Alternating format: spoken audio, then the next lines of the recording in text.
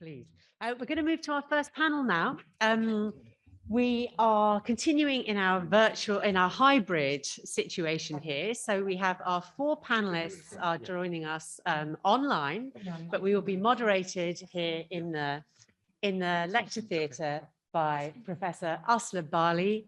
For those of you who don't know Professor Bali, she is one of our outstanding international law professors here at the UCLA School of Law, and she's the founding faculty director of the Promise Institute and the driving force behind that institute's creation.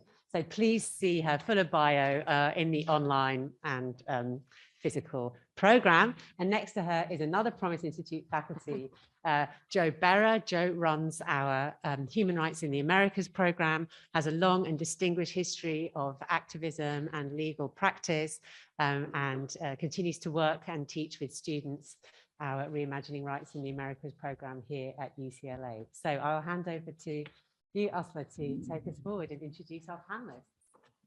Fantastic. Thank you so much, Kate. And thank you, of course, for our brilliant opening keynote lecture. In this panel, where we're engaging on the question of borders, the pandemic and human rights, but from the perspective specifically on race and ethnicity, it is my absolute pleasure to serve as moderator. Across the world, the spread of COVID-19 has witnessed extensive border closures, but such entry denial policies have had a disparate impact on communities that has often been unmistakably racialized. The double pandemic of the coronavirus and racial discrimination have laid bare the structural discrimination at the heart of the longstanding border regimes and migration policies the world over. Moreover, highly racialized conceptions of the sources, origins, and spread of the contagion have meant that recognition of infection risks from the global north have been remarkably slow, despite strong evidence of repeated surges across Europe and North America, while the reflex to impose indiscriminate restrictions on the countries of the global south, like those inflicted on quite nearly the entire African continent in response to the emergence of the Omicron variant, go unabated. At the same time, countries of the global north have not hesitated to suspend their obligations with respect to refugee protections and the requirements of non-refoulement under cover of emergency by invoking the pandemic. Again, the impacts have fallen disproportionately on Black, Brown, Indigenous refugees and migrants. Against this backdrop, we have assembled a remarkable panel today to address issues of race, ethnicity, and indigeneity in the context of the overarching theme of the symposium, Examining Borders, Human Rights, and the Pandemic. I'm going to introduce each of the speakers in the order in which they will speak. Each will have 10 minutes to make an opening presentation, followed by a moderated conversation amongst us, and then a question and answer session.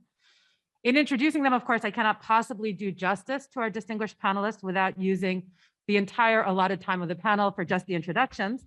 So I refer the audience to the program of today's symposium for more extensive descriptions of their remarkable careers, and will offer more abbreviated remarks here, and will also defer again to my colleague, Professor Berra, who, when we come to Odilia Romero's presentation, will introduce her and their joint projects then. So I'll just begin with the introductions in order of the other three panelists. Matiangai Sirleaf is the Nathan Patz Professor of Law at the University of Maryland School of Law. She writes and teaches broadly and prolifically in international law and is widely published in leading international law journals, in addition to serving as an editor at Just Security. One of her current lines of research is the disproportionate distribution of highly infectious diseases and the role of law in facilitating this result, a topic of obvious interest to our panel. She is also currently editing a terrific volume on race and national security that is forthcoming with Oxford University Press. John Reynolds is associate professor at Maynooth University, Department of Law. Prior to that, he taught at the European Inter-University Centre in Venice and the Irish Centre for Human Rights at the National University of Ireland in Galway. He is the author of the prize-winning Empire, Emergency and International Law, fantastic book I highly recommend, from Cambridge University Press, and he is widely published also in top international law journals. He is a founding editor of the Third World Approaches to International Law Review, and he was appointed to Ireland's Department of Foreign Affairs Civil Society Standing Committee on Human Rights in 2015. Jo Berra has already been introduced kindly by Kate, so I will turn to our final presenter, again noting that Odilia Romero, our third presenter, will be introduced just in advance of her presentation. Our final presenter will be Carla McAnders. She is Clinical Professor of Law and Legal Clinic Associate Director at Vanderbilt Law School. She is an expert on immigration, race, and the administrative state. Her research, scholarship, and advocacy has taken her throughout the US and abroad, teaching and researching the efficacy of immigration policies, laws, and legal institutions charged with processing migrants. As the founding director of the Immigration Practice Clinic, she supervises students providing representation to asylum seekers and unaccompanied minor children in their humanitarian immigration cases before the Department of Homeland Security, the Department of Justice, and the federal courts of appeals. Her clinic has also worked in Nashville and nationally, advocating for immigrant communities in Supreme Court amicus briefs, legislative and policy advocacy, all of which again bear directly on the subject of our panel. With this, I am delighted to turn the floor over to Matiangai and look forward to her remarks. Thank you for that kind introduction, and I'm happy to be in conversation with you all, although be it virtually. Thank you for helping to frame my remarks too. I mean, I think that COVID has done a number of things, and one of the things that it's done is resurface outdated but persistent settler colonial conventions about diseases, disease directionality, and the ways in which racialized peoples are conceived as harbingers of diseases. And in other work, I've referred to this as the racialization of diseases. That is a social association of people of color with various maladies. And in today's panel, I want to focus on how this racializing of diseases and the social construction of people of color as being disease shows up in our migration law and policy and shows up in global public health. And so the global health regime emerged at the same time that the nation state was being erected. And so we can think about even just a formation of the nation state as a construction of racial borders, as Professor Tendayi Achiume has written about. And so we can just, one of the very first global health treaties that gets introduced, the sanitary conventions, all of them, but let's just talk about one of them, adopted in 1897, that followed an outbreak of the plague in India, and Europeans convened a conference because they feared the outbreak of the plague in their colonial territories. And in particular, they were concerned about that being brought back to the metropole. And so from the very beginning of the emergence of the global health regime, there is this sort of periphery center dynamic and the need to notify about certain diseases, which rise to the top of the global health agenda, and the imposition of sort of quarantine measures, travel restrictions, and the like. And this connection between the imperial project, the development of the global health regime, and the racialization of diseases is fundamentally important for us to be thinking about the ways in which we see some of these same sort of through lines operating today when we think about the COVID-19 pandemic. And in particular, if we think about the creation of the nation state and the role of scientific racism in the civilizing mission of the European imperial expansion, and the othering of Black, Indigenous, and other people of color being tied extrinsically into the subjugation of Black, Indigenous, other people of color as othered, but othered and diseased. And so that was influential in sort of transforming what were previously not racially defined relationships into ones that then drew borders of, you know, us versus them, internally, externally, insider, outsider, who's in, who's not, who's foreign, who's an alien, and who is of what particular race. And so then these nation states created the World Health Organization in 1946, and this new organization was supposed to be in break from a past that was dominated by white colonial European interests. And these interests are supposed to be less salient. The new organization was supposed to be committed to the enjoyment of the highest attainable standard of health, the recognition that health is one of the fundamental rights of every human being, and that this is supposed to be enjoyed without distinction of race, religion, political belief, economic or social condition. The basic premise of the global health regime, though, remained one where there was this system of state surveillance and notification regarding certain diseases. The treaty that governs the regulation of diseases now is the International Health Regulations of 2005. And that treaty seeks to prevent and protect against the spread of disease in ways that don't interfere with international traffic and trade. And so we see sort of the lingering nexus between traffic and trade, and that's certainly reflective of the emergence of the global health regime's existence and importance of it with respect to furthering colonialism and imperialism. So to the extent that there needs to be regulations, they shouldn't interfere with traffic, they shouldn't interfere with trade. And for our purposes, it's important to think about how that cooperation manifests today in ways that continue to further subordination and alienation. And so while things are less sort of direct, the ways in which subordination is functioning is happening at a more subtle level. And in particular, if you take a look at the international health regulations, what you'll see is that race is not even mentioned. So race is sort of obscure from the treaty. And it's as if this long history of racialized diseases or subordination in medicine and the like just doesn't even exist in the regulatory regime. And so this ignoring of history, but also sort of ongoing role that racial discrimination is playing in the space of global public health is rendered invisible.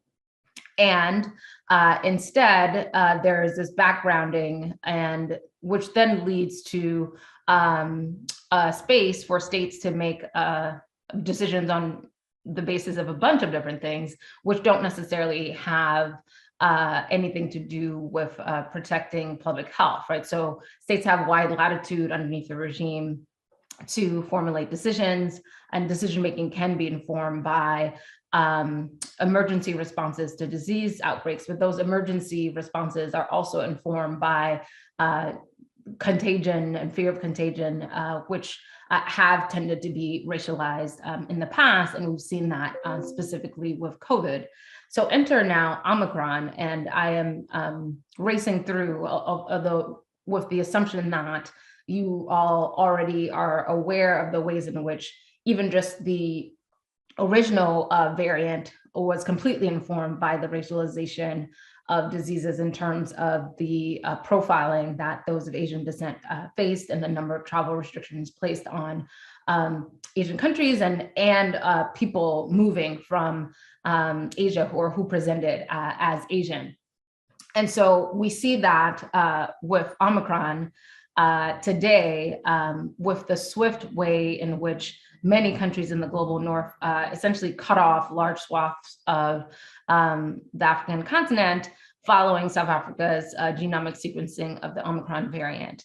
And so instead of being rewarded for tracing and alerting the world to a variant that was already circulating in Europe, the UK, the US, and the EU were hasty to cut off a number of African countries.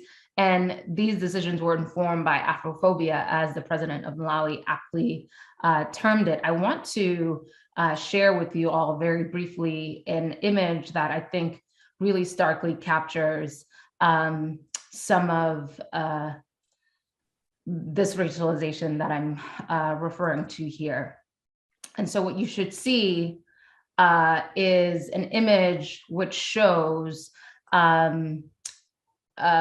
something that ran on November 28th by a Spanish newspaper, La Tribuna, published a comic. And as you can see from the comic, it depicts literally the racialization of diseases with the Omicron variant as cartoon characters who were brown with curly hair, packed on a boat that's marked the South African flag, approaching, as you see, the EU in the distance with the flag.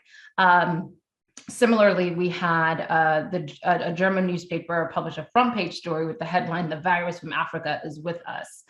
This was accompanied by a photo of two Black Africans. Bangkok Post headline read, "Government hunts for African visitors." And so this is reminiscent of the ways in which, with the Ebola epidemic, there was this resuscitation of historical images of Black African bodies as uncontainable, as disease-ridden, and sparking racialized fears. And so the coronavirus reminds us, continues to remind us, and gives us many examples of how the history of diseases and responses to diseases is linked to politics of racial exclusion and racial subordination. And so this blacklisting of countries in the name of public health serves as a pretext for an already underlying racist migration regime, which puts a number of barriers to entry from people from the global South, and in particular, those from the African continent. And so the global medical community certainly has not provided an explanation, a rational science-based explanation to ban travel from the African countries that were banned. And the policies remain in place for a while, even though they've now since been removed. But what I think the sort of swift nature of the ban is illustrative of this racialization of diseases, and is illustrative of how countries have sort of layered on extra barriers to access because of COVID. So for example, Canada apparently believed that South Africa was sophisticated enough to have public health infrastructure to sequence a new variant. But the government of Canada introduced additional measures that people coming from South Africa, as well as other African countries, Botswana, Egypt, Namibia, Nigeria, Zimbabwe, to name a few, had to undergo, which included having a third country administer a COVID-19 test, right? So South Africa is advanced enough to sequence a new variant and notify the world of it, but not able to administer a PCR test accurately. This restriction presumably continues. There are also additional barriers to travel that are specific to folks in terms of vaccinations, right? So countries have put additional barriers of what types of vaccines are permissible in their country. And so I just wanted to show this image, which I think just vividly and terrifyingly shows the role that vaccine apartheid is playing. And so at the same time that there is a regime that's saying, well, we will only recognize, Pfizer, Moderna, for example, in terms of vaccinations for entry, there is the marked barriers to getting access to those quote unquote frontline vaccines, and the vaccines that a number of people are able to readily access in the global South are seen as substandard such that they won't even be recognized for entry. And at the same time, the countries that are placing these limitations, a number of them are also concomitantly blocking efforts to get equitable access to vaccines through the waiver, the TRIPS waiver, to allow for access to vaccines in the South, in the global South. And so this has led the UN Secretary General, Antonio Guterres, to talk about these travel restrictions and COVID being a way of isolating countries and regions as deeply unfair and punitive. In ways that he didn't phrase, but I am phrasing as racist. He called these instruments and blocks to being able to travel as a form of apartheid that he said is unacceptable. But what I would like to share in terms of thinking about these new manifestations of immigration restrictions on migrants and the additional obstacles that have been placed in light of COVID is thinking about how COVID has been used as a pretext to further already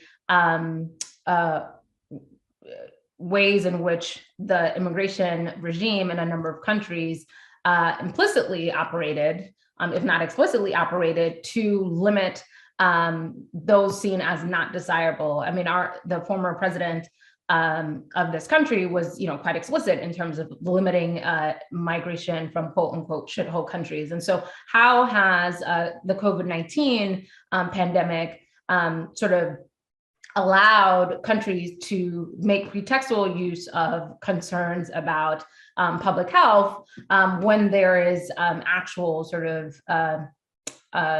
underlying racism that is limiting who is allowed entry in ways that even those who are seen as the most vulnerable of migrants, so refugees, are not even allowed to be present to present a claim for asylum. So instead of the pandemic being this great equalizer that some thought it would be, it instead has been an amplifier of existing inequalities, especially those associated with migration. And this has fallen heavily on those from the global South. And so that has meant that there is not only increased material insecurity, and but also increasing exclusion, and this has the sort of constant rhetoric of sort of exceptionalism, emergency, and the like has allowed for politics of populism in a number of places and scapegoating of migrants, such that migrants are seen as the harbingers of disease within countries and outside of countries, which have led to sort of extraordinary regimes of border closures. And have allowed regimes to do things that they might not have otherwise been able to do. And so I don't want to, I know that there's going to be a number of panelists speaking on sort of the US experience of this, but I wanted to contextualize how this is also happening on a global scale. And I think what the coronavirus, if it's done anything, the sheer magnitude of the deaths and illness concomitant with the scale of redlining, vaccine redlining that we've seen, means that we actually really need a significant level of legal reform and restructuring in order to meet the challenges of the current moment, such that COVID doesn't accelerate the course of history in relation to exacerbating subordination, but rather we need to work to sort of change this current trajectory and direction. And so I think that if we can learn anything from this experience is that until we are all safe, none of us are safe. And I think I'm probably over time. I have more to say, but I'll save them for questions. Thank you. Thank you so much, Matiangai. And I'm going to just note that normally we have an in real life timekeeper, but I suspect that she is less than visible. So we're going to also send messages through the chat just to alert you to time. And then because it's really, I mean, on the one hand, riveting, and thank you so much for those comments. They're fantastic opening for us, Matiangai. And then on the other hand, time constraints. So I will maybe interject if the running over goes beyond a certain level. Okay, but with that, John, please. Thanks, Asla, and good morning and good evening to everyone. It's great to be with you across the ocean. Just check, you can hear me okay? Yeah, okay. So I'll just add my thanks to all the organizers for putting this together and for the invitation. And thank you to Matiangai for starting us off there. I think you've given us a really vivid picture there of the global context and stakes, how the pandemic has so kind of systematically reinforced the structural inequalities and the racial hierarchies, racial borders that have plagued the world really long before COVID-19, but have been exposed and exacerbated again by it.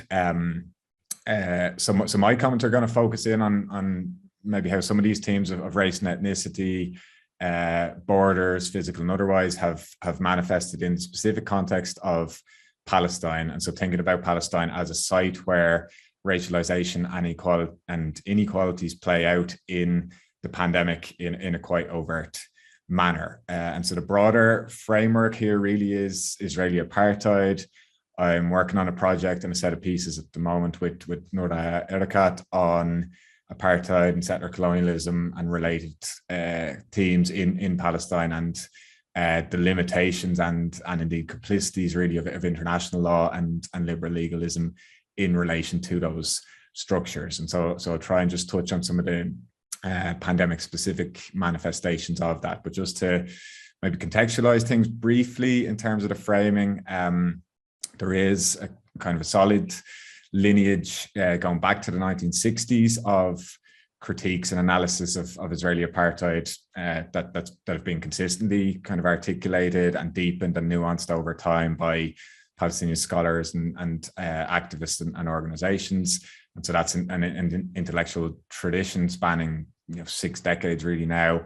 And then more recently, as I'm sure many people are aware, just in the last couple of years and coincidentally kind of coinciding with the pandemic, a string of mainstream Israeli and international human rights organizations, including Amnesty International most recently, earlier this month, have all published quite extensive reports concluding that Israel is an apartheid regime in some shape or form. The reports all talk unequivocally about Israeli apartheid as a form of systematic oppression or domination over Palestinians, though they do all have their own certain shortcomings, which have been highlighted, especially by Palestinian scholars, and most kind of particularly for the way that the human rights organizations present these very detailed analyses of apartheid law and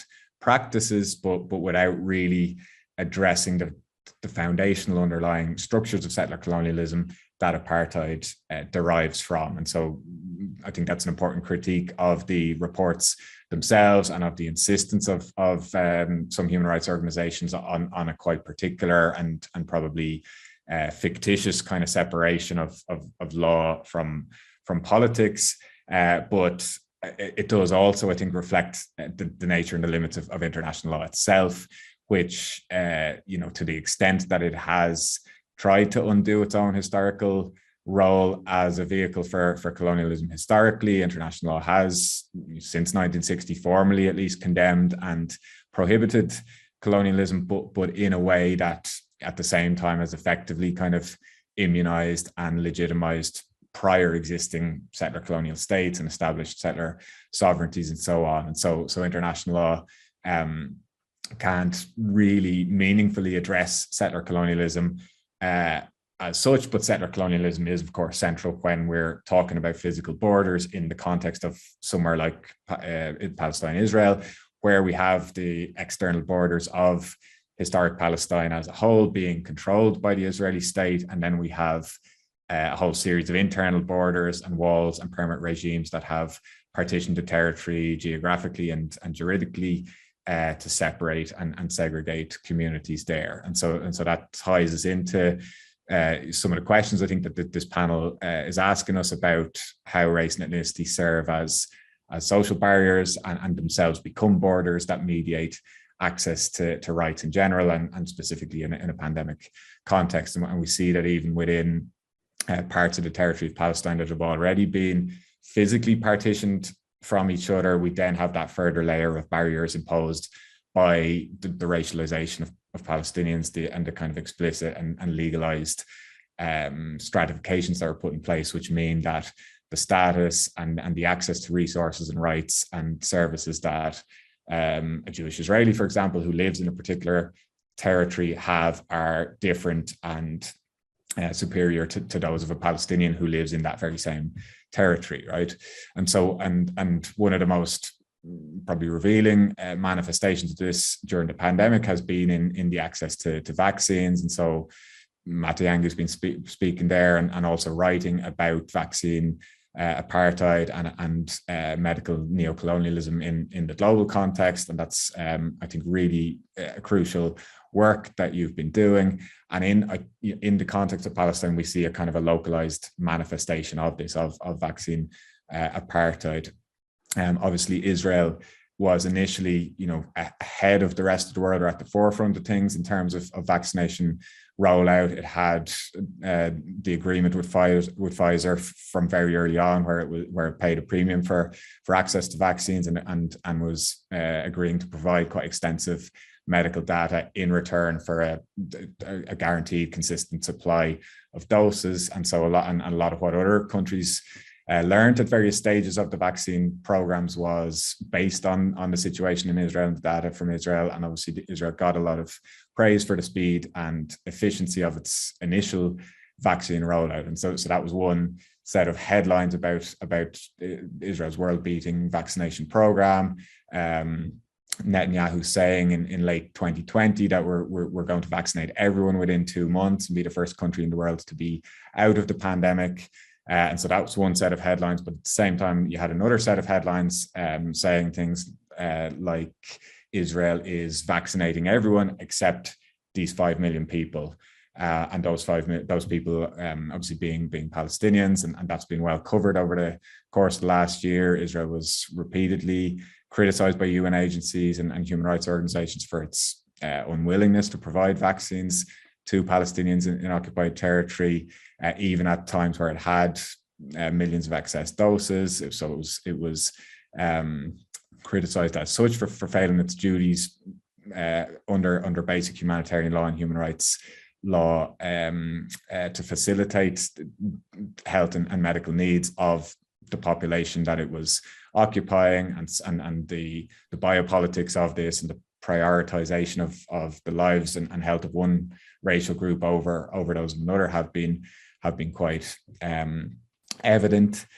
Yara Assi is one scholar who's been writing consistently about various forms of the uneven impact of the pandemic in Palestine as a whole, and that work is very instructive on various forms of institutional and state discrimination against Palestinian prisoners, Palestinian workers, disparities between Jewish Israelis and Palestinians in terms of access to medical equipment and ventilators, raids and even demolitions of Palestinian clinics and testing centers by Israeli forces and so on. And one other kind of quotidian but illustrative example, I think, of how some of these structural inequalities also manifest inside Israel against Palestinian citizens was in the allocation of some of the COVID economic recovery funding.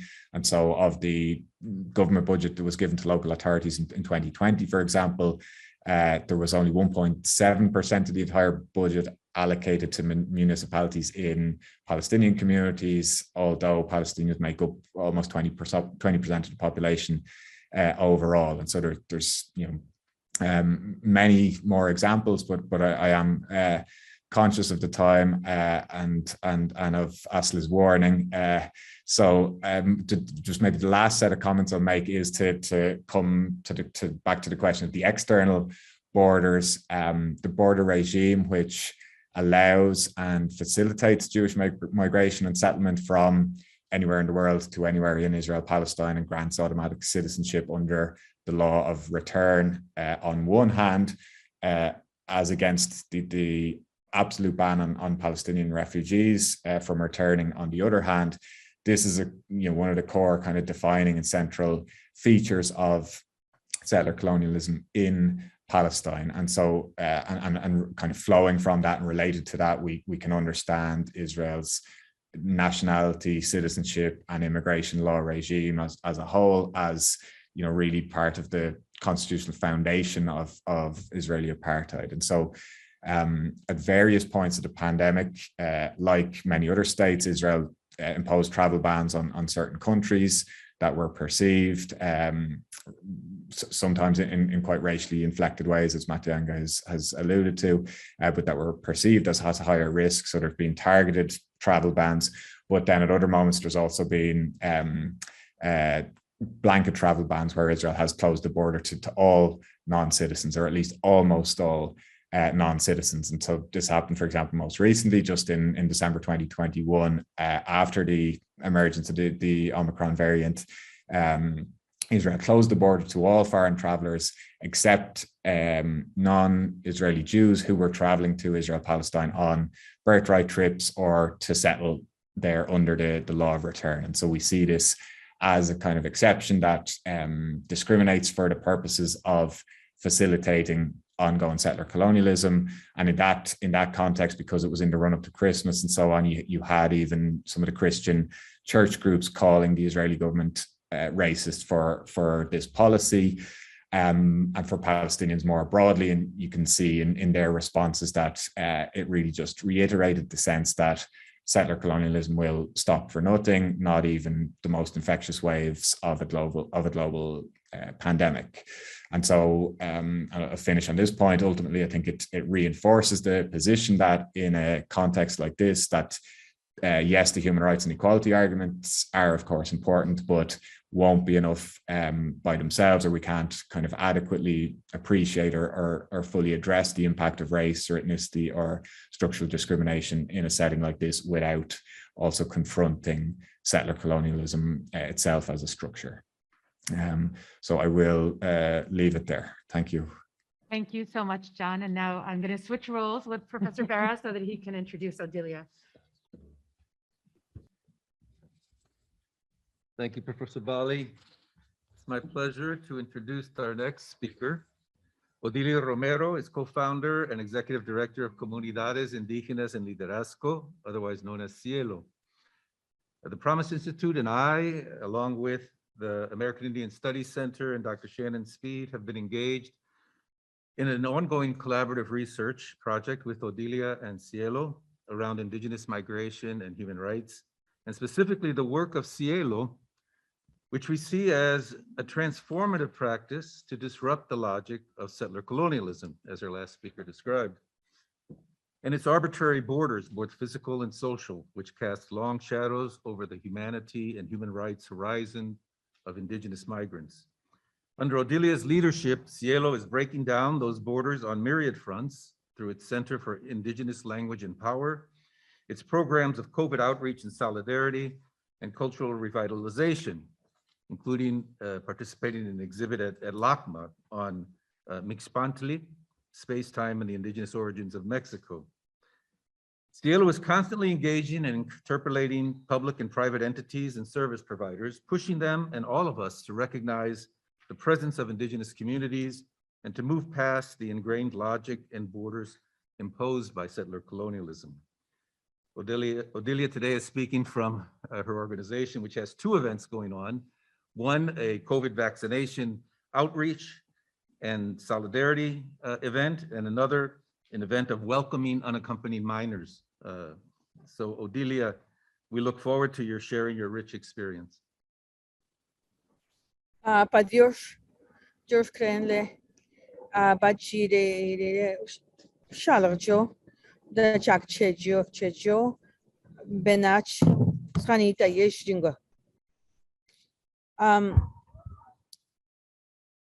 So I'm not going to tell you what I said in Zapoteca. We're going to leave it like that.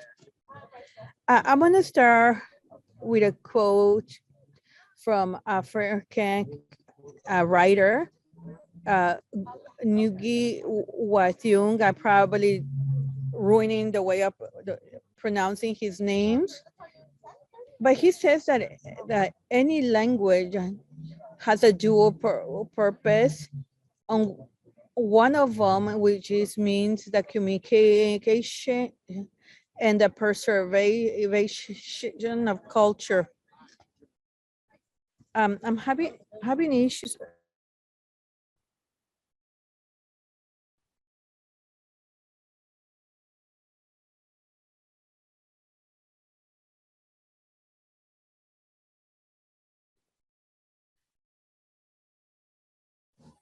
Okay, I think we're good now. I'm sorry, but I'm at the Cornfield Park here in Tongbaland, where we're participating in the welcoming of the displaced children, mostly indigenous people from Guatemala. So I'm going to go back to the authors. His statement is that any language has a dual purpose, one of which is the means of communication, and the other are preservation of culture.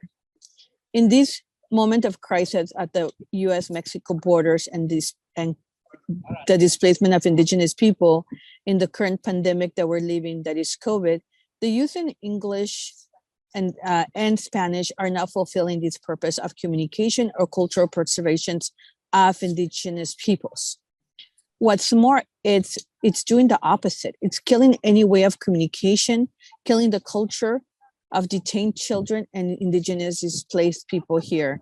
And I'm talking in the context of the US. For us at Cielo, language is fundamental to our human rights. for indigenous people, for anyone that does not speak the dominant language. We say that the economy of several countries is sustained by multilingual veins and bodies. Language plays a key role for indigenous migrants because through it, we can defend and organize ourselves. Without language, we have no rights. Without language, our human rights get violated at the garment center, at the restaurant, at the house of the wealthy boss the domestic workers work at the dry cleaner, at the police station, at the hospital, and other institution. When people talk about migration and displacement, it's rarely that they talk about language. We cannot continue having conversation of displaced people without language. You know, in Latin America and here in the United States, Latinos is the new label we have, right? As far as I know, I'm Benerfujo, a person from Sogocho. Then I became Zapotec. Then I became Oaxacan. Then I became Mexican. And then I became Latina, Hispanic. But no, I'm none of those. I'm only Benerfujo. And that's so important because when a child is detained and asked, are you Guatemalan? Are you Latino? They're not asking, are you Quiche? Are you Acateco? Are you Mixteco? Are you Zapoteco, right? So those labels for us, it's deadly. So when they label us Latinxes or Latinos, Latinas, you know, they forget about language. And the immigrant rights movement continues talking about this is a country of immigrants.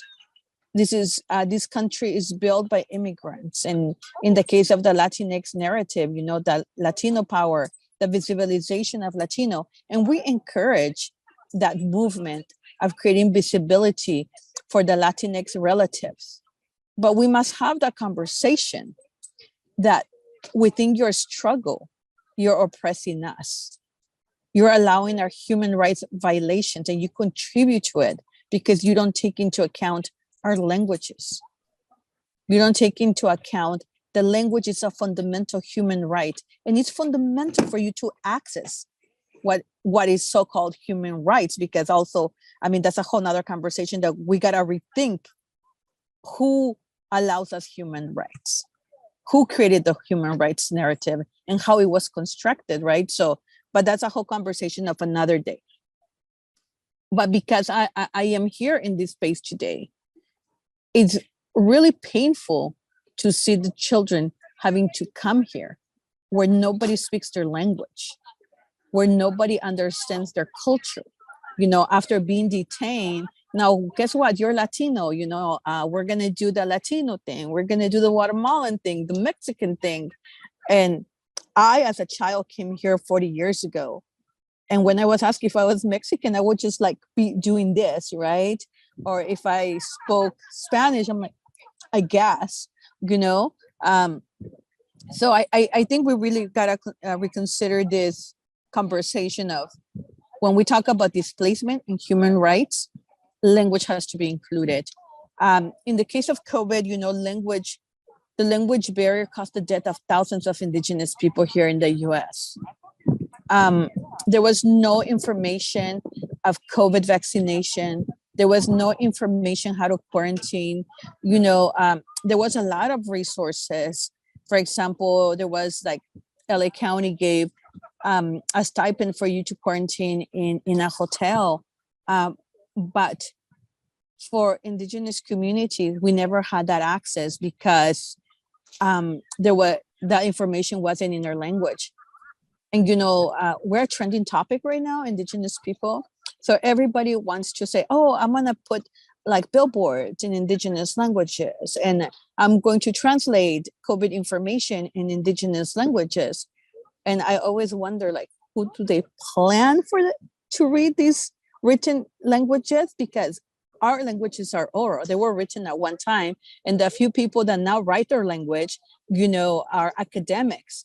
In the case of Mexico, less than 1% of indigenous people have access to higher education. And that less than 1% is recreating the language, rewriting it. But that 1% stays home. They're not the people serving at your tables. They're not the chefs. They're not the farm workers. So the farm worker is not going to be able to read it. The restaurant worker is not going to be able to read it. I don't know how to read everything they write in my language, to be honest. Like, I look at it, I'm like, oh, how do I say this? Like, what are they trying to say? You know, so that's the other thing that's happening right now. Like, a lot of things are being created to check the box. And we cannot continue to be the check the box. We've been the check the box for the last 500 years. You know, we and at Cielo, we really try to push. Like, we're not going to wait for the state to come and rescue us, because obviously in this pandemic, they didn't. Oh, I'm running out of time. Oof. Okay.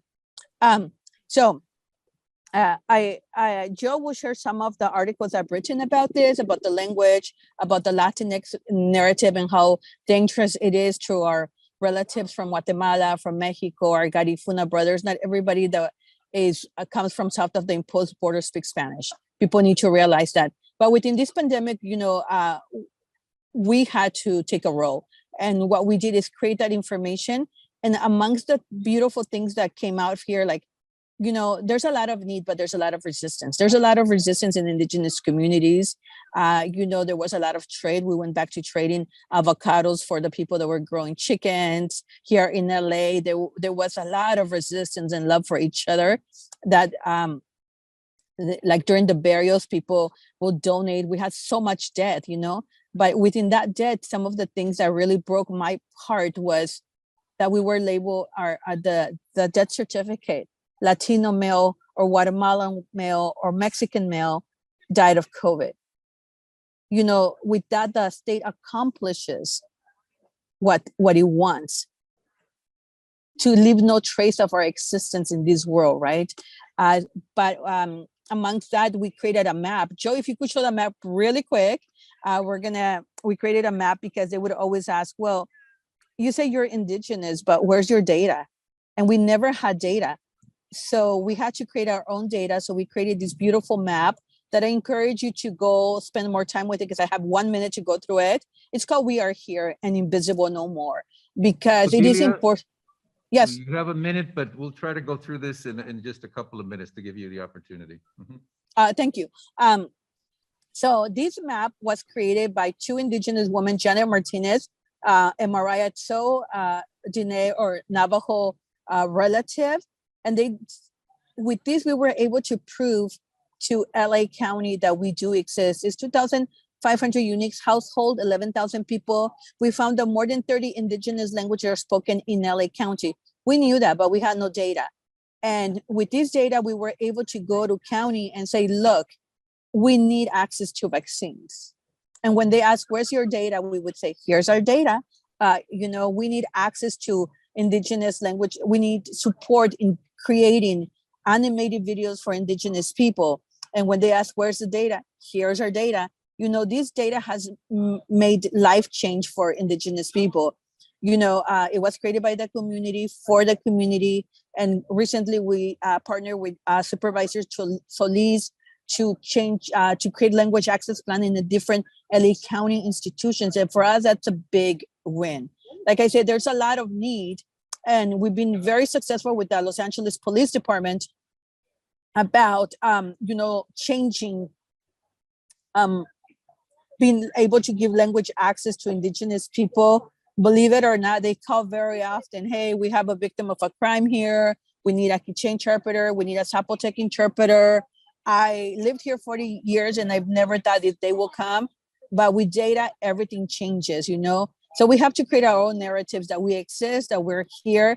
And if you go and play around with the map, you'll see where in LA County is the largest population of indigenous people. But you also, if you look at the data from LA County, the largest unvaccinated people are where indigenous people are. And the highest death rate is where indigenous people are currently living, right? So, with that, if you have any questions, you could go and browse through the map. 10 minutes went really by fast. So I want to thank you, George Crenley.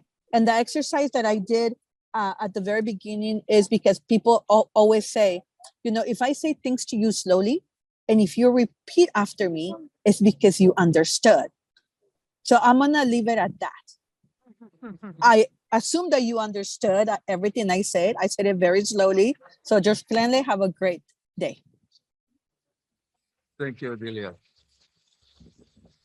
And we'll make the link available to individuals for that, for the map, the We Are Here map. Great. And with that, Carla, the floor is yours. Thank you. I want to begin by thanking the Student Symposium organizers in UCLA and their hard work in putting this symposium and this panel together, and for inviting me to engage with the other scholars and activists on this panel.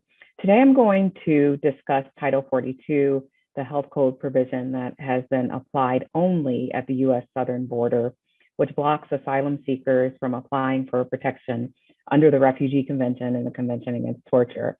I want to place this policy in a historical context to elucidate how this exemption from protection evinces how US borders are a racialized project. Where we're having, as Matiangai mentioned, allegedly or seemingly facially neutral discretionary criteria that disproportionately impacts immigrants of color and their ability to be protected by human rights norms.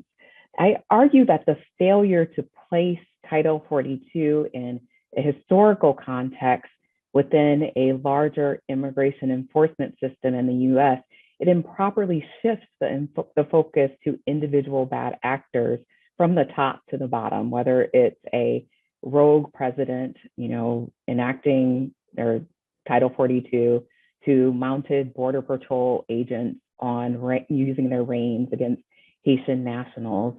They're allegedly applying facially neutral immigration laws that in reality continue to replicate and entrench racial hierarchy that disproportionately violates the human rights of immigrants of color. So I want to briefly go through Title 47, contextualize historically what's going on at the southern border with Title 47, and then lastly discuss how the application of Title 42 has violated international human rights norms. So I'm going to go through this fairly quickly because I'll assume that people have just a little bit of knowledge about Title 42. The Trump administration began expelling migrants in early 2020 under a public health order. And Title 42 is a health code provision that authorizes the director of the Center for Disease Control to prohibit the entry of persons to the United States where there is a serious danger such that that introduction would bring a communicable disease to the United States. As I said before, and I want to emphasize again, Title 42 has only been applied at the southern border, and it has barred asylum seekers from applying for protection under the 1980 Refugee Act. While some asylum seekers or victims of torture have been screened, the majority of asylum seekers impacted by Title 42 have been expelled or have decided not to even approach the border, which results in them not having or receiving any adjudication of their claims for protection and deny the ability to claim asylum at the border. I'm going to share my screen. I want to show you a picture which allows us to see this picture comes from Physicians for Human Rights, a report that they wrote on Title 42. And what you see here is that individuals are being turned away from the border, while at the same time, other types of travelers can continue to cross the border with no testing or quarantine requirements. And so the public health officials have objected to Title 42 and its application, saying that there isn't any epidemiological evidence for banning only this category of individuals. Dr. Fauci has repeatedly stated that, and I quote, "My feeling has been that focusing on immigrants, expelling them is not the solution to the outbreak." So since Title 42 has been in place, the United States has expelled around 1.6 in 1.6 million individuals from the border. And the Pew Research Center has come up with data that show us the impact of the application of Title 42. Over the last few years, especially in 2021, those migrants approaching the border has significantly increased. The number of encounters at the border had fallen, but it rose over the last few years. This chart also shows that over in 2021, that the encounters at the border increased over the past year. Also, it's important to note who is approaching the border. And in 2021, we see the 6 nationalities: Ecuador, Brazil, Nicaragua, Venezuela, and Haiti and Cuba. There was a dramatic increase at the southern border of individuals from these countries approaching the border. And so the majority of the expulsions at the southern border have been individuals who are immigrants of color. When they are expelled from the border or placed on or apprehended, detained, and placed into detention and then deported, they also are being deported back to places where they fear or may be subject to torture. And the Inter-American Human Rights Commission issued a complaint, a complaint was filed with the Inter-American Commission on Human Rights in the application of Title 42. In that report, it details different stories from individuals, from a 21-year-old mother in Mexico who was fleeing cartel violence. She approached the border and she was vaccinated, but told she could not seek asylum. It also details a Haitian man who was fleeing gender and political persecution and gang violence, was detained and placed on a deportation flight and then deported back to Haiti. Many of the deportation flights occur in a context where individuals are placed on the plane, they're not told where they're going, and then they get off the plane to realize that they are back in their country where they fear persecution. The application of Title 42 has to be contextualized within America's history of racialized borders. This history started with the first Naturalization Act, which was limited to free white males, to a Supreme Court case, Dred Scott versus Sanford, where Justice Taney indicated that the Black man has no rights, no citizenship rights, to which the white man is bound to respect. This historical emphasis on a Black-white binary has reinforced and codified anti-Black racism into the foundation of immigration and naturalization laws in the United States. We also see that when individuals throughout the 20th century were advocating for citizenship, they made these pleas based upon being qualified for citizenship because they were Caucasian. And so we see this solidification of a Black-white binary as played out through the citizenship and naturalization laws in the Ozawa case and the Thin case.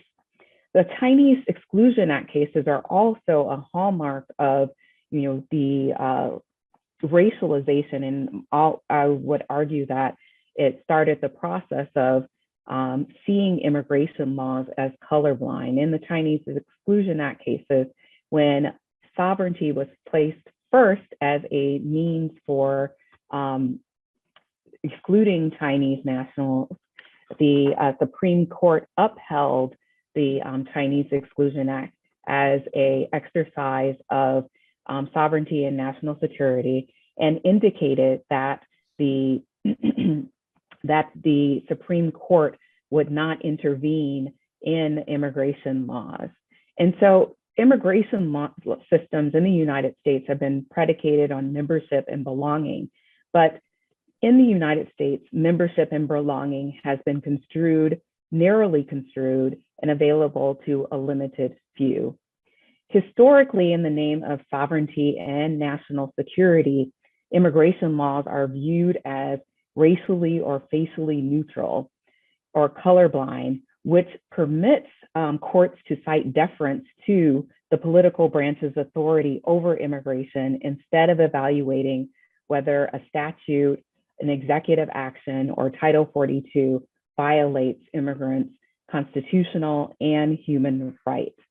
And so the illusory nature of immigration laws have revealed time and time again that they disparately impact immigrants of color. So the Biden administration continues to enforce Title 42, which has resulted in non-transparent deportations.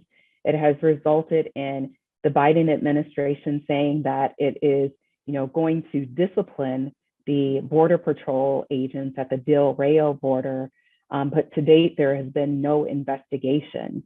This, by way of background, we see history repeating itself again and again. We had in 1985, Supreme Court Justice Thurgood Marshall called out the focus of on individual discretionary actions by Border Patrol agents. Again, the case was focusing in on excluding Haitian nationals and their attempt to be paroled into the United States. And Justice Marshall told a counter story to the illusion that the enforcement of immigration laws by individual officers was neutral. He critiqued the allegedly facially neutral criteria that govern officers exercising discretion in making parole decisions. And we see that this focus on individual actors applying colorblind laws reinforces a misleading concept of formal equality, that immigration laws are consistent and equally applied to all immigrants, regardless of their race, rather than focusing on the context and the history where neutrality has facilitated us turning a blind eye to discriminatory practices. And so when we look at Title 42, what it is doing in practice is banning asylum seekers from protection under firmly established international rights. Under the Convention Against Torture, Article 3, it prohibits any state to return an individual where there is substantial grounds for believing that they would be in danger or subject to torture. Article 33 of the Refugee Convention has the principle of non-refoulement, that a country may not return an individual back to a place where their life or freedom would be threatened based upon their race, religion, nationality, membership in a particular social group, or political opinion. And we've seen over the last few weeks or a few months, I should say, that there have been, State Department resignations by diplomats for Haiti, calling out the application of Title 42 by the Biden administration. I know my time is running out. And so Harold Koh was a legal expert for the State Department and professor at Yale. And he pointed out that the expulsions were in violation of our obligations of non-refoulement under the Refugee Convention and the Convention Against Torture.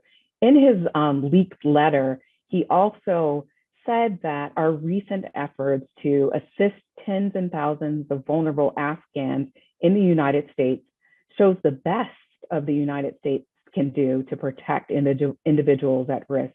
But at the end of his letter, and I'll end with this point from Professor Harold Koh, is that yet our actions and approaches regarding Afghan refugees stand in stark contrast to the continuing use of Title 42 to rebuff the pleas of thousands of Haitians and a myriad of others arriving at the southern border who are fleeing violence, persecution, and torture.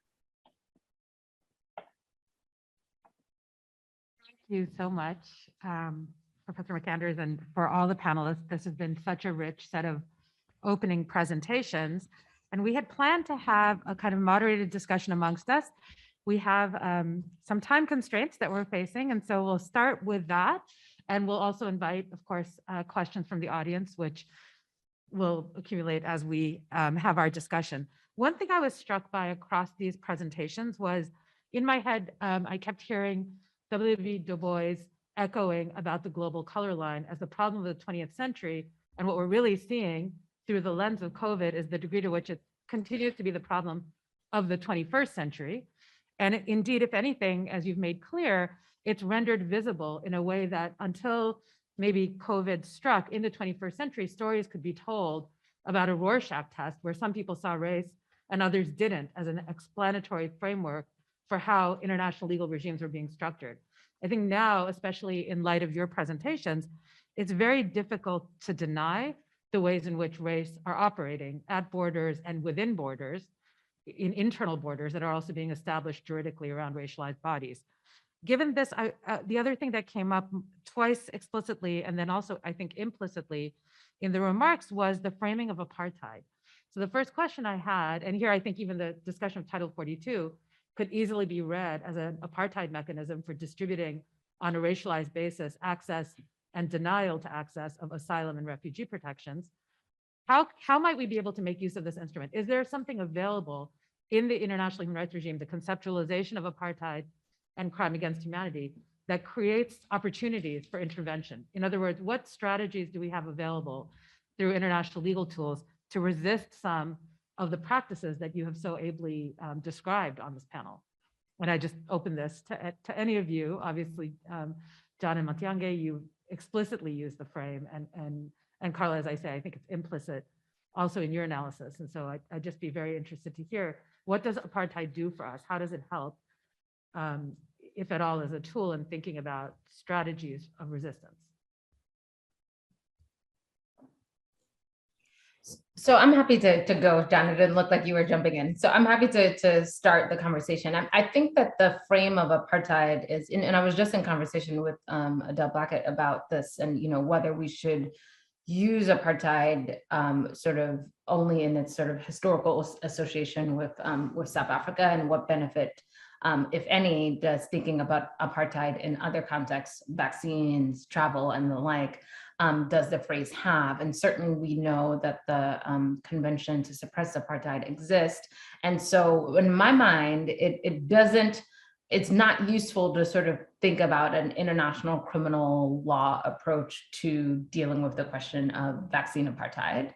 But what I think that the concept of vaccine apartheid does is render suspect these sort of vaccine nationalism and other sort of euphemisms that are used to paper over the ways in which race is functioning to subordinate individuals, and I think and groups and communities. And so I think that the framing of apartheid is useful for thinking about how secondary, third, and fourth access to health in this context is as a function of geography and race, in many of the ways that apartheid function as a system of awarding substandard services, benefits, land, education, and the like to those in South Africa. We can think about the ways in which access to medicines is being structured along similar lines. And so thinking about the systemic nature of that and how to address that sort of as a structural matter, I think is useful and generative. And thinking also too about the ways in which a seemingly facially neutral, restrictions in the migration context, as Professor McAnders was just illuminating us on, function in a way to further this marginalization, because the ways of the way in which disparate,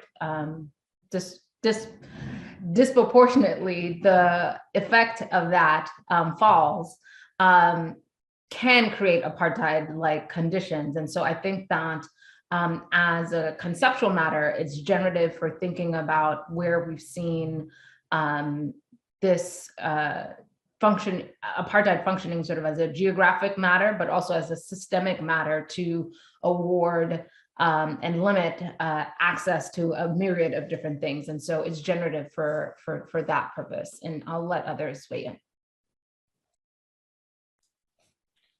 Yeah, thanks, Asla, for the question, and thanks, Matiangai. I'd agree with that. Really, I think it is interesting in some ways. If we think about the history of apartheid as a legal concept in international law, right? Obviously, the Apartheid Convention goes back to the 1960s. Apartheid was also prohibited explicitly in the ICERD Convention Against Racial Discrimination in the 1960s, and so it's been around as a prohibition for a long time. But really in the Southern African experience, it was never really used in that sense. There were never any prosecutions or legal processes in terms of criminal law or even human rights mechanisms as such against apartheid South Africa. But it was much more its kind of symbolic and analytic and explanatory function that I think was such a big part of the global anti-apartheid movement that kind of filtered through the UN and through social movements globally and so on in various ways. And so it's interesting to just think about the parallels between that and other usages or analogies today, whether it's Palestine or whether it's in relation to vaccines. I mean, I think I would agree with Matiangai, even though there are now in a way that there haven't been before, and that those laws against apartheid were there for many decades, but kind of sitting dormant now, and in South Africa itself in the transition, obviously the focus was much more on transitional justice in the form of truth and reconciliation measures and so on. There was never any prosecutions of the crime of apartheid, but now in South Africa there is the first prosecution just now starting to make its way through the courts of an apartheid crime against humanity in the historical context there. And you have much more so now than before talk about the possibilities for prosecuting apartheid crimes in Myanmar or in Palestine at institutions like the International Criminal Court. You have also in the human rights framework, now this interstate case between Palestine and Israel going through the process under the ICERD Convention. You have this new commission of inquiry that was set up by the Human Rights Council last year, which has this more permanent and expansive mandate for investigating root causes of the situation in Palestine, and so that probably will receive submissions in and around the apartheid framework and may deal with it explicitly. So it's kind of there in the mix, certainly in a lot of the legal processes. But I think really, that the value is, I think in quite sharp and raw kind of terms makes that point that you're making about the global color line and how it's being reproduced in these various structures today. And so, I don't, it's hard to see or imagine the utility of trying to prosecute anyone in a pharmaceutical company or in a European Union government or whatever for vaccine apartheid as such. But certainly I think it has been really useful in cutting through, a lot of the technicalities around, intellectual property rights and the whole WTO waiver system and so on. When people and movements can think about this in those terms of vaccine apartheid, my sense is that it has been quite a powerful kind of campaigning and political education tool. And it would be, I would say the same thing in terms of Palestine, even though there are lots of human rights organizations, Palestinian, Israeli, and otherwise, using this in various ways now. Really, if we think about the genealogy and the trajectory of critiques of Israeli apartheid, it's the kind of global grassroots and student movements that have been running Israeli apartheid weeks for the last 20 years. It's the impact of the boycott movement and the way it's been able to draw on some of the parallels historically with South Africa and so on, that really have, where you have I think, the most impact of that. And now, the reality now that these big mainstream international organizations like Amnesty are talking in these terms is reflective of the fact that they were no longer able to ignore the Palestinian movements and analysis that had built up over time. But it also means, that will filter through, and it will mean it's harder for mainstream institutions to avoid it. And so, I think there is a potentially productive kind of set of tools there. I'm conscious now of our time as well, so maybe I better stop talking there. Carla, I don't know if you had thoughts on this as well. I would, just echo the idea that repeating what Professor Sirleaf said about the ways in which the laws have been facially neutral or seemingly regulating migration, and then at the same time, replicating hierarchical structures. I don't have much to add. No. Sorry, Ashley, can I just add one last kind of maybe more cautionary note on that? I suppose is just to what I think we do also need to think about when we use an analogy or a framework that is so specifically and historically rooted in a particular history as it is in Southern Africa. We do need to be conscious also of how when we use that as an analogy or as a reference point, what work that does in changing or undermining in some ways the historical specificity of it in the context from which it originates. And so I think in terms of thinking about global apartheid or vaccine apartheid or Israeli apartheid or whatever, it is important to be conscious of that, and also to be conscious of this is 25 years after the formal dismantling of the apartheid structures in South Africa. There is a very real and live and ongoing discussion there about neo-apartheid and what the legacies of apartheid and how they filtered through into this post-apartheid era, and how in many ways formally the political structures of apartheid have been dismantled, but so many of the economic and social structures are still being reproduced. And so again, that point about understanding the material connection of apartheid to conquest and land and colonization in the Southern African context has to be part of also how we think about the after apartheid or the anti-apartheid framework elsewhere. Thank you so much. This is both very rich in terms of a vein of discussion, but it also connects to a broader question, maybe leaving the apartheid frame and thinking more generally about what reform strategies are available given the sort of picture that's been laid out. I mean, on the one hand, we could think, based on Professor McAnder's presentation, well, let's not apply Title 42 this way. Is this the solution? Like, is it simply refrain from doing some of the things, refrain from engaging in certain kinds of border closures? But in fact, the analysis, I think, across the board ties these COVID-specific strategies to much deeper structural assessment of what's happening in the use of these legal regimes. And so the question then arises, what potentials are there for disruption here?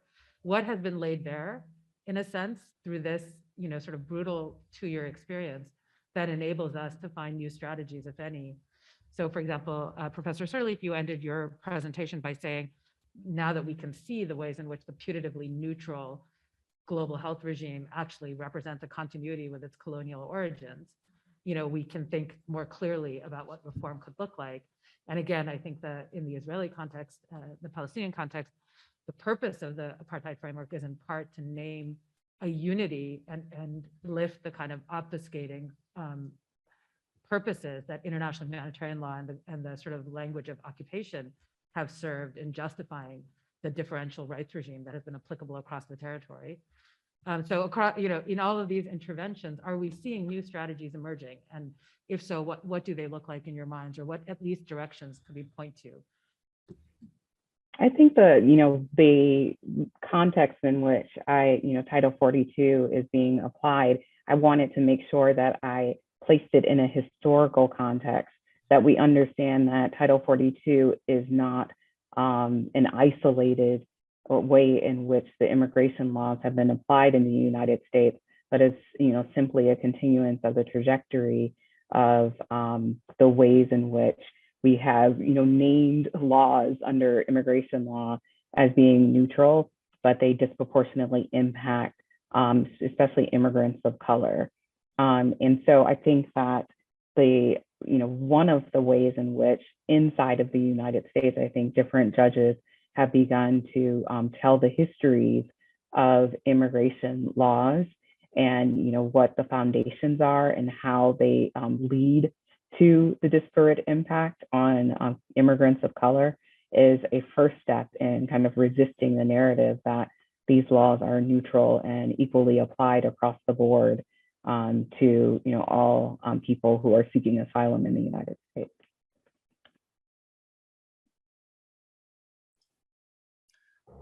So one of the things that I think is not encouraging is that despite the, I think, sort of obvious and glaring role that race has played, and racism, to be clearer, has played with the COVID-19 pandemic, even in sort of recent attempts at reform in global health, right? So there's a lot of work being done to draft potentially a new treaty on pandemic prevention, pandemic preparedness and response, and underneath the auspices of the World Health Organization. And it does not, in the same way that I was mentioning the international health regulations of 2005, which is the extant regime that governs in this space, much of the reform efforts sort of just elide race, just sort of obscure and background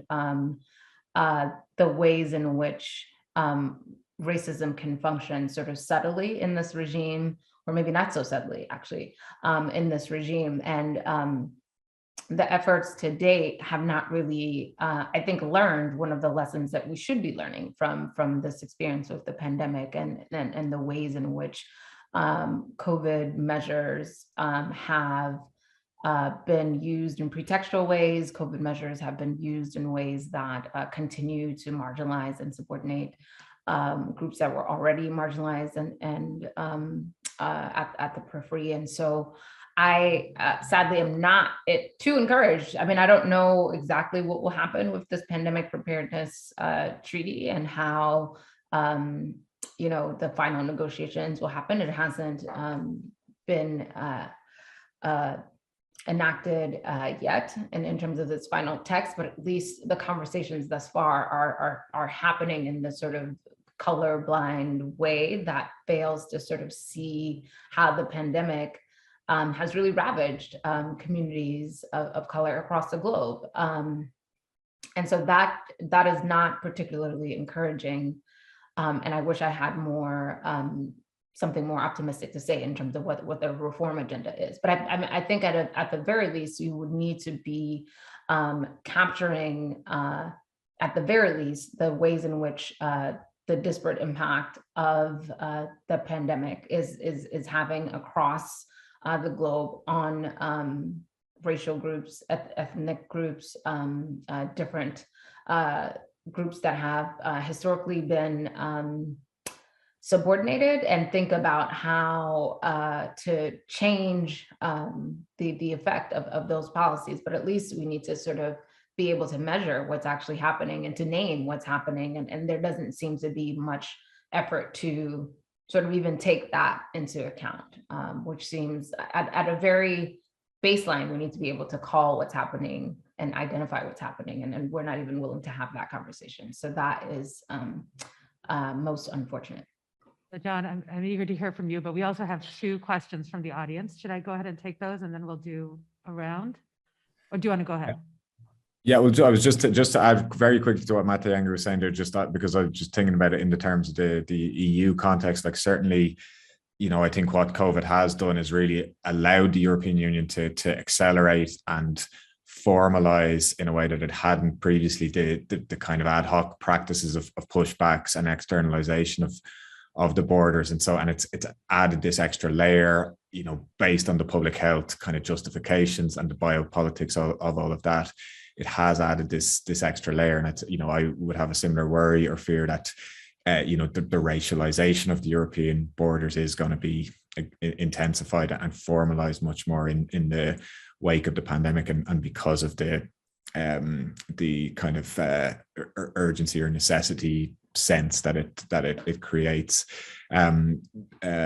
Just on your other, just very quickly on your other point about Palestine, I mean, you know, I would agree in terms of the question of unity, the way, you know, what's been interesting over the last 15, 20 years, the move much more explicitly to prioritize and focus on the frameworks of apartheid and colonialism as opposed to humanitarian law and occupation law from Palestinian organizations themselves and activists and so on, has, I think, really reinforced and renewed a sense of unity there. And that kind of, you know, that was happening in terms of legal frameworks, legal debates, but also at a, you know, a political and social movement activist level. And that kind of was very much very much part of the context that produced the Unity Intifada last year, and this general strike across all of the partition zones and all of the borders in quite an organic and spontaneous way. And so I think there is, I think, something to be hopeful about. Great. Professor Sweetser, I know you have a question. I was just going to ask Professor Sirleaf, actually. Can you hear me okay? I'll repeat the question if you want. Oh yeah, come to the mic. Yeah.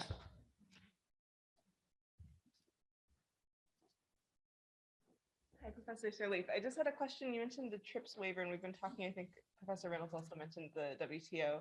And I know that in the media, since, you know, last year there was a lot of advocacy for this. It went before the WTO a couple times, nothing ultimately resulted. And then as you were mentioning about the health systems, you know, I think the media has really taken this up as well. The problem is vaccine hesitancy. The problem is the lack of refrigeration. The problem is the lack of systems to distribute the vaccine. Could you speak a little bit to the TRIPS waiver's efficacy and whether or not, you know, waiving these intellectual property rights really can make a difference when we have such a context of underfunding health systems overall? And then maybe we'll just take the question from the audience. Sure. So I'm just transmitting a great question from one of the online attendees that links the keynote to the current panel, asking what the influence would be if the US ratified the American Convention for Human Rights and adhered to the Inter-American Court. For anyone. So, okay. And then we will close with this round of answers. So please go ahead. Matiangai, maybe we'll start with you. Sure, thank you for that. I mean, I think that there are, so first on the TRIPS waiver, right? So I think that the proposal put forward by South Africa and India is an important one because of the potential to sort of undermine and question the regime that governs essential medicines. And so although it starts with COVID sort of as the exceptional state that requires us to rethink the protection around patents, I think it potentially creates an opening for thinking about a whole host of spaces where we might think that we need to have a different way of dealing with essential medicines so that we have improved access. And I think that the fact that we are able to get movement from actors who have historically been hostile, namely the US, right? So even when this conversation arose in the context of the HIV and AIDS pandemic, the US, as we know, or we might remember, was, you know, threatening to sue Brazil, threatening to sue South Africa, threatening to sue a number of countries for, you know, engaging in production, generic production of medicines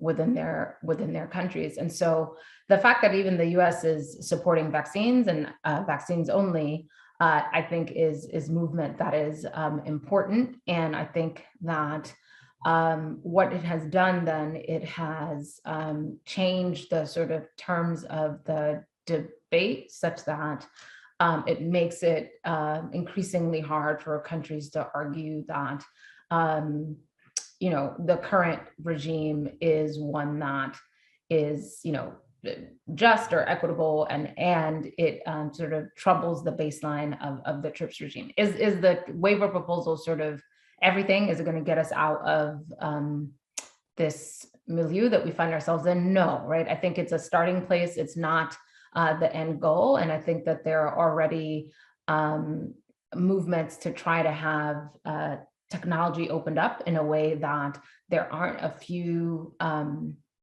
suppliers essentially creating producers rather creating sort of a limit in supply that is false, right? So one of the things that has been encouraging is, you know, Texas Children's Hospital working with saying that it's going to open its tech to the vaccine to India. We've seen that Afrigen, one of the companies working to sort of crack the Moderna's recipe, saying that it has, right? So even in the light of the fact that Big Pharma has not sort of opened its tech and been willing to share it, we have had some efforts. Of course, we've had a lot of death along the way, right? It would have been better if we had this sooner, such that we wouldn't have this sort of stark reality between, you know, access in the global north and access in the global south. And so to your question about the framing, I think the framing is typical, right? The framing is typical to turn what is a structural issue into one of personal responsibility, right? Into one of, you know, well, it's because these people are vaccine hesitant and that's why. It's because there's, you know, not enough refrigerators and that's why. And it's not saying that there are not sort of logistical impediments, but what are more real are the legal and policy barriers that are there, right? So it's like, can we actually move the legal and policy and structural barriers to access, and then deal also with logistical challenges and personal level challenges? But to turn the conversation to one of personal responsibility is a tried and true tactic, because it functions to obscure the role of structures, right, in limiting access in the space. And so that framing is not surprising and happens a lot in a number of spaces. And so it's not surprising that we've seen that happen globally. We saw that even with the HIV and AIDS pandemic, right? It was just like, oh, well, you know, Africans can't tell time. How could they possibly, you know, keep a regimen of taking antiretrovirals? Not that we need access to retrovirals. It's about the failure of individuals to meet metrics, and that is a tried and true tactic to just obscure and obfuscate. And I think that what the TRIPS waiver proposal does is just point at the gross inequities within the system and the need to challenge that. And the more countries and more advocacy that we can continue to have for change in the space, I think the better. So I'll end there because I know we're short on time. Yeah, actually, one note, I believe we may have Odilia, who has of course not been able to join the Q&A so far, but I think maybe she's off camera, but on, is that correct? Odilia, can you hear us? And yes, I could hear you. I just didn't have my camera on because the children have arrived and I don't want to do this poverty porn kind of a thing. So I could hear you. I just wondered if you had some, this is the final round of remarks and we're over time, but nonetheless, just concluding our Q&A, if you, one of the questions was about the relevance of the inter-American system. If the US were to sign up, would it alter the human rights frame for understanding US obligations? But really, if you had any comments you wanted to give in closing, I just wanted to recognize that you were here, which I hadn't realized in this Q&A portion. Well, I think there's has been a lot of signatures in a lot of documents. In the case of Indigenous people, like the Declaration of Indigenous Peoples' Rights. But I think the bigger issue is like, how do you make it applicable to respect those human rights, right? There's so many documents signed. And for us here on the ground, it is so difficult, like people don't know them. How do we create this information that people know the right if they were to sign them, not sign them? You know, for us here on the ground, I mean, like we're running out of time, but for example, as on this space that I am right now, they're gonna do Know Your Rights workshop. But there are like 10 languages here. Only maybe 2 languages will know that they have human rights, right? So I think for us on the ground, we need support on the signing of the document, but learn how to use it towards our benefit, and how does in the case of the Human Rights Declaration or of Indigenous people, how is it that we execute it here on the ground? Because at the end for us, like at Cielo, we never have the time to read every law, and we like responding and turning off fires every day, right? So I think for me, that's the last comment. Yeah. Thanks so much. And Carla and John, just 1 minute each for any final things you wanted to add. I think that in response to the question in regards to ratifying international human rights treaties, I think there's little promise in doing that, because especially I'm a migration scholar, U.S. migration scholar, and we see that in terms of the ways in which the Refugee Convention and the Torture Convention has been evaded by the United States, citing to the pandemic or national security reasons are constantly used to evade the norms that are set out within those treaties that have been ratified by the United States. And so I unfortunately think that there might be little promise in that for this context in which I'm working. John, our authority on derogation and emergencies, the final word is yours.